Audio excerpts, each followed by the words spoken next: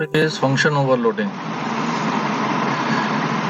In function overloading, that means we can create more than one function having same name, but the function prototype must be differentiate on the basis of its argument. That means कि एक programme के अंदर एक ही नाम के एक से ज़्यादा फंक्शन बना सकते हैं, पर ये जो फंक्शन जो होंगे ये दोनों फंक्शन जो होंगे एग्जैक्टली सेम नहीं होंगे, मतलब इनके प्रोटोटाइप जो होंगे, फंक्शन का नाम तो सेम होगा पर फंक्शन का जो प्रोटोटाइप है इसको हमको डिफर करना पड़ेगा on the basis of its argument. तो जैसे कि आर्गुमेंट के बेस पर डिफर करने के दो मेथड हैं। पहली है कि नंबर ऑफ आर्गुमेंट्स, मतलब कि जैसे कि पहला फंक्शन हम एक प्रोग्राम में दो फंक्शन बना रहे हैं सम नाम के, दोनों के नाम देखिए क्या है, सम है। तो रिटर्न टाइप दोनों का इंटीजर है। एक फंक्शन है जो कि दो इंटीजर टाइप वैल्यू एक्सेप्ट करेगा और दूसरा फंक्शन है जो कि तीन इंटीजर टाइप वैल्यू एक्सेप्ट करेगा। तो यहाँ पे फंक्शन देखिए ये आपकी ओवरलोडिंग का पहला टाइप होगा जिसमें नंबर ऑफ आर्गुमेंट्स को हम अलग अलग करके एक प्रोग्राम में एक से ज़्यादा फंक्शन बना सकते हैं। और दूसरा एग्जांपल है यहाँ पे टाइप ऑफ आर्गुमेंट का। टाइप ऑफ आर्गुमेंट मीन्स कि एक फंक्शन हमने प्रोग्राम में बनाया जो कि इंट सम इंट इंट है, मतलब कि ये फंक्शन एक इंटीजर टाइप वैल्यू रिटर्न करेगा, दो इंटीजर टाइप वैल्यूज को एज एन आर्गुमेंट एक्सेप्ट करेगा। और दूसरा सम फंक्शन है जो कि दो डबल टाइप वैल्यू को एक्सेप्ट करेगा और एक डबल टाइप वैल्यू को रिटर्न करेगा। ठीक है ना। तो यहाँ पे देखिए नंबर ऑफ आर्गुमेंट्स दोनों में सेम है, मतलब यहाँ भी दो आर्गुमेंट है, यहाँ भी दो आर्गुमेंट है, पर इनका डेटा टाइप जो है वो क्या है, डिफरेंट है। तो ओवरलोडिंग एक्चुअली में किसकी है, ओवरलोडिंग होती है फंक्शन के नाम की। मतलब एक प्रोग्राम में एक से ज्यादा हम सेम दो या दो से ज्यादा भी हो सकते हैं, तो फंक्शन का नाम यहाँ पे सेम है पर आर्गुमेंट जो होंगे वो उसके डिफर होंगे on the basis of number of arguments और टाइप ऑफ आर्गुमेंट्स। तो एक एग्जांपल देके इसको देखते हैं हम।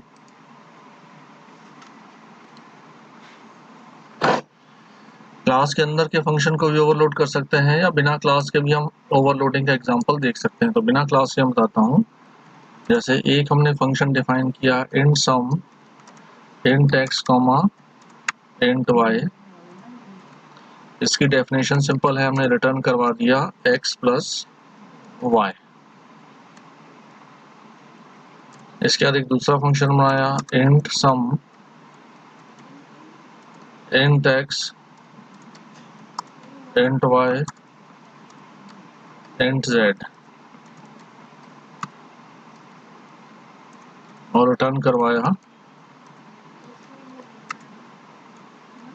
x plus y plus z. तो देखिए दो फंक्शन है, दोनों के नाम देखिए सेम है, पर एक में दो आर्गुमेंट है और एक में तीन आर्गुमेंट्स हैं।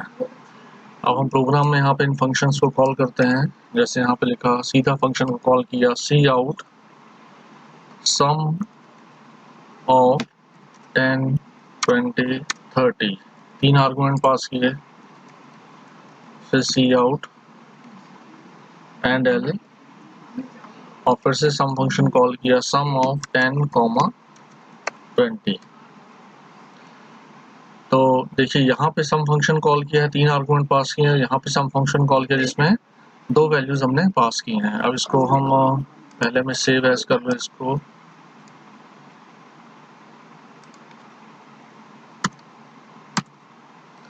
और अब इसको रन करके देखते हैं।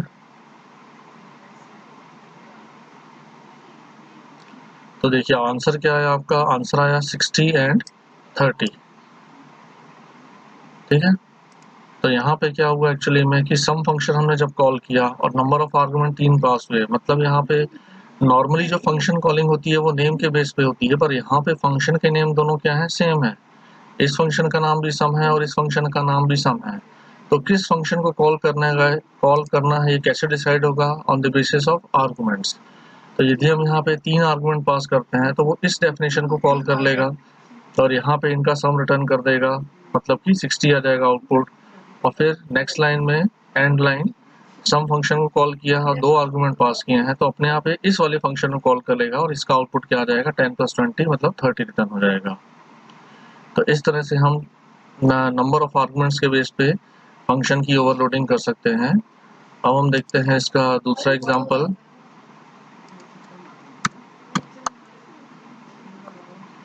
जहाँ पे हम एक सम फंक्शन बनाते हैं जो कि ऐसे जान देते हैं, दूसरा सम फंक्शन है डबल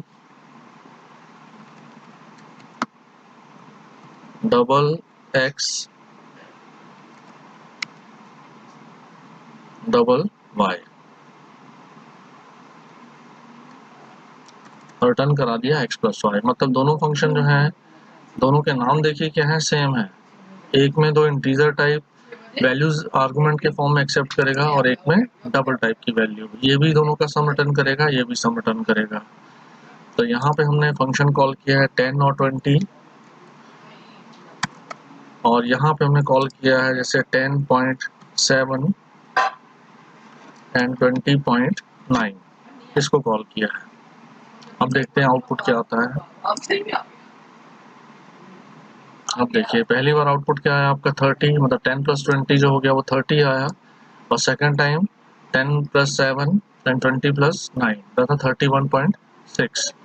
तो अपने आप यहाँ पे आर्गुमेंट के डेटा टाइप के बेस पे क्या करेगा, वो डिफरेंशिएट कर लेगा कि इस फंक्शन को कॉल करना है कि इस फंक्शन को कॉल करना है। तो ये कॉन्सेप्ट कहलाता है हमारा किसका, फंक्शन ओवरलोडिंग का। अब देखिए यहाँ पे एक क्वेश्चन है कि फंक्शंस आर ओवरलोडेड। यहाँ पे दो फंक्शन दिए हैं, रेड वाला जो बैकग्राउंड है, कि एक फंक्शन है इंट सम इंटेंट और दूसरा फंक्शन है फ्लोट सम इंटेंट या डबल सम इंटेंट। तो ये फंक्शन ओवरलोडिंग पॉसिबल है, या ये दोनों फंक्शन जो ओवरलोडेड कहलाएंगे कि नहीं कहलाएंगे? तो ये दोनों जो है ये ओवरलोडिंग पॉसिबल नहीं है, मतलब ये फंक्शन ओवरलोडेड नहीं होंगे। क्यों नहीं होंगे? इसकी वजह ये है कि इन दोनों फंक्शन में यहाँ पे आर्गुमेंट जो है वो दोनों के क्या है, सेम है। नंबर ऑफ आर्गुमेंट भी सेम है और टाइप ऑफ आर्गुमेंट भी क्या है, सेम है। तो ओवरलोडिंग जो है उसकी कॉन्सेप्ट में डेफिनेशन में आप देखेंगे लिखा हुआ है कि function prototype must be differentiate on the basis of its argument. मतलब फंक्शन को ओवरलोडिंग करनी है तो उनके आर्गुमेंट वाला पोर्शन जो है वो अलग अलग होना चाहिए, उनका रिटर्न टाइप जो है वो सेम हो या अलग अलग हो, इससे हमको कोई लेना देना नहीं है। तो आर्गुमेंट हम कभी यहाँ पे नहीं चेक करते हैं ओवरलोडिंग के केस में कि फंक्शन कैसी वैल्यू रिटर्न कर रहा है कि कैसी वैल्यू रिटर्न नहीं कर रहा है, पर आर्गुमेंट वाला पोर्शन जो है ये आपका पोर्शन डेफिनेटली अलग अलग होना चाहिए। अब देखिए इसमें एक ये केस दिया हुआ है कि एक हमने फंक्शन बनाया है जिसमें कि कैल्क नाम का फंक्शन है, दो लॉन्ग वैल्यू एक्सेप्ट करेगा, एक जो एक्सेप्ट करेगा दो इंटीजर वैल्यू। तो इस केस में अगर मैं कैल्क फंक्शन को कॉल करता हूं तो कौन सा फंक्शन कॉल होगा? तो ये बेसिकली क्या है, एम्बिग्यूटी का केस है, क्योंकि जो है लॉन्ग जो है 10 को भी लॉन्ग एक्सेप्ट कर सकता है और इंटीजर भी एक्सेप्ट कर सकता है, ठीक है ना। 10 को लॉन्ग भी एक्सेप्ट कर सकता है, 10 को इंटीजर भी एक्सेप्ट कर सकता है। तो वो यहाँ जाएगा कि यहाँ जाएगा? अब यहाँ पे देखिए टाइप ऑफ आर्गुमेंट अलग अलग है, पर फिर भी ये दोनों वैल्यू ऐसी हैं जो कि आपकी कहाँ जाएंगी, ये दोनों वैल्यू ऐसी हैं जो कि लॉन्ग डेटा टाइप में भी स्टोर हो सकती हैं और इंटीजर में भी स्टोर हो सकती हैं, बिकॉज लॉन्ग डेटा टाइप जो है वो इंटीजर का ही लॉन्ग फॉर्म है। तो ये एम्बिग्यूटी का केस है, और इस केस में क्या होगा, वो बाय डिफॉल्ट होगा इंटीजर फंक्शन को कॉल करेगा। अब इसको भी हम एक बार चला के देखते हैं। इसको मैं फिर से सेव एज कर लेता हूँ माय 5 नाम से।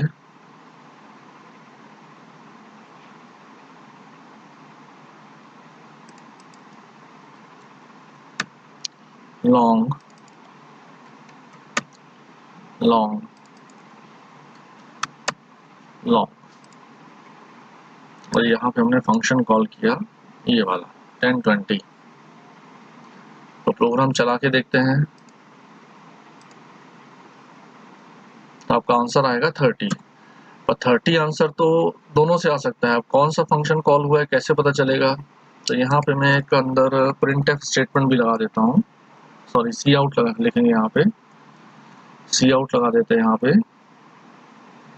यहाँ पे है इंटीजर,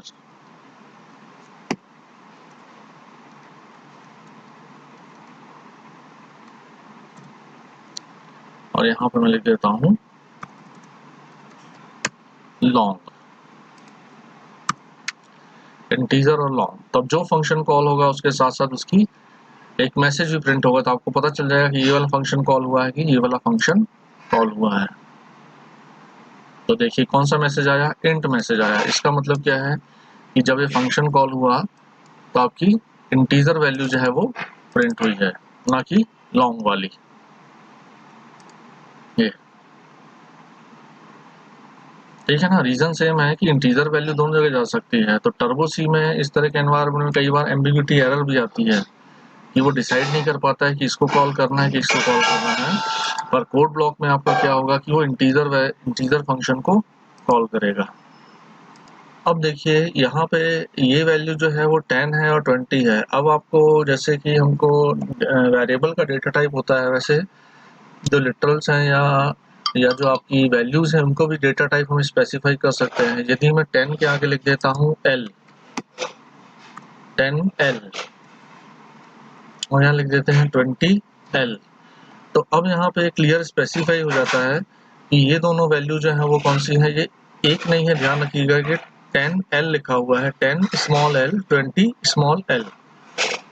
तो इससे स्पेसिफाई हो जाए कि ये दोनों वैल्यू कैसी हैं, लॉन्ग टाइप है। और अब आपका देखिए ये वाला फंक्शन कॉल होना चाहिए क्योंकि अब हमने स्पेसिफाई कर दिया कि वैल्यू लॉन्ग है। अब रन करके देखते हैं, तो रन करके देखेंगे तो देखिए मैसेज आ रहा है लॉन्ग 30, मतलब आपका लॉन्ग वाला फंक्शन जो है वो कॉल हुआ है। और यहाँ पे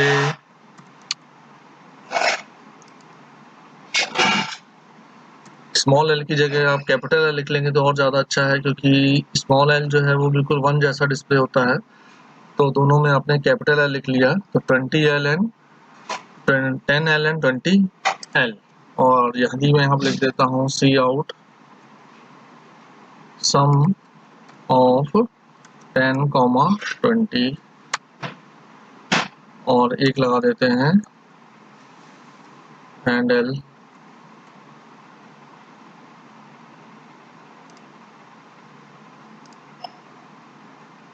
तो देखिए इंट 30 और लॉन्ग 30। तो जब हमने L नहीं लिखा है तो बाय डिफॉल्ट हमने इंटीजर फंक्शन को कॉल किया, और जब हमने कैपिटल L लिख दिया मतलब वैल्यू स्पेसिफाई कर दी कि वैल्यू कैसी है, लॉन्ग टाइप की है, तो वो लॉन्ग फंक्शन को क्या करेगा, कॉल करेगा।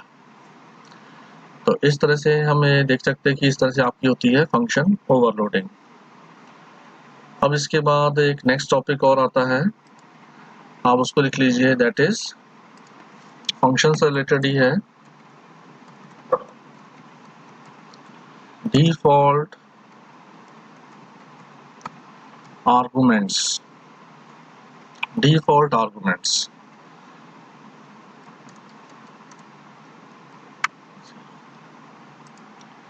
तो मैं इस प्रोग्राम में थोड़ा सा चेंज कर रहा हूँ। और देखिए यहाँ पे एक फंक्शन लिखा है, और फंक्शन में हमने क्या किया है, लिखा है कि return x plus y plus z. और यहाँ पे जो फंक्शन की डेफिनेशन इसमें क्या लिखा है, x, y, z is equal to 0। तो जो डिफॉल्ट आर्गुमेंट की बात कर रहे हैं तो वो आपका ये वाला कहलाता है, जिसमें z इज इक्वल टू क्या लिखा है, 0। मतलब z की डिफॉल्ट वैल्यू कितनी है, 0।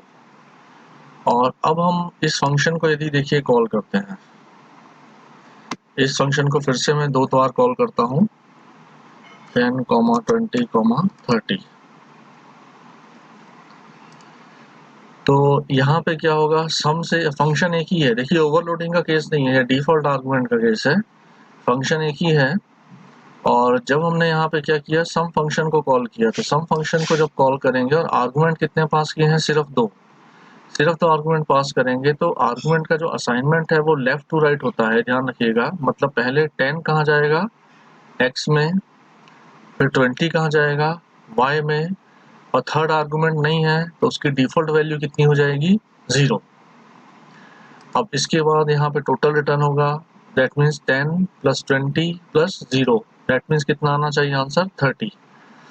और सेकंड टाइम जब सम फंक्शन कॉल किया है तो इसमें हमने 3 वैल्यू पास किए हैं, तो 10 कहाँ जाएगा, x में, 20 कहाँ जाएगा, y में, और 30 कहाँ जाएगा, z में। तो अब हमने नीचे से वैल्यू पास की है थर्ड आर्गुमेंट की, तो वो डिफॉल्ट वैल्यू की जगह क्या करेगा, इस वैल्यू को एक्सेप्ट कर लेगा, और z की वैल्यू कितनी हो जाएगी, 30। और अब इनका सम रिटर्न होगा, तो इनका सम कितना आ जाएगा 10 + 20 + 30 दैट मीन्स 60। इसको रन करके देखते हैं, ये इसको कमेंट कर दिया जाए तो देखिए आपका आंसर कितना आया 30 एंड 60।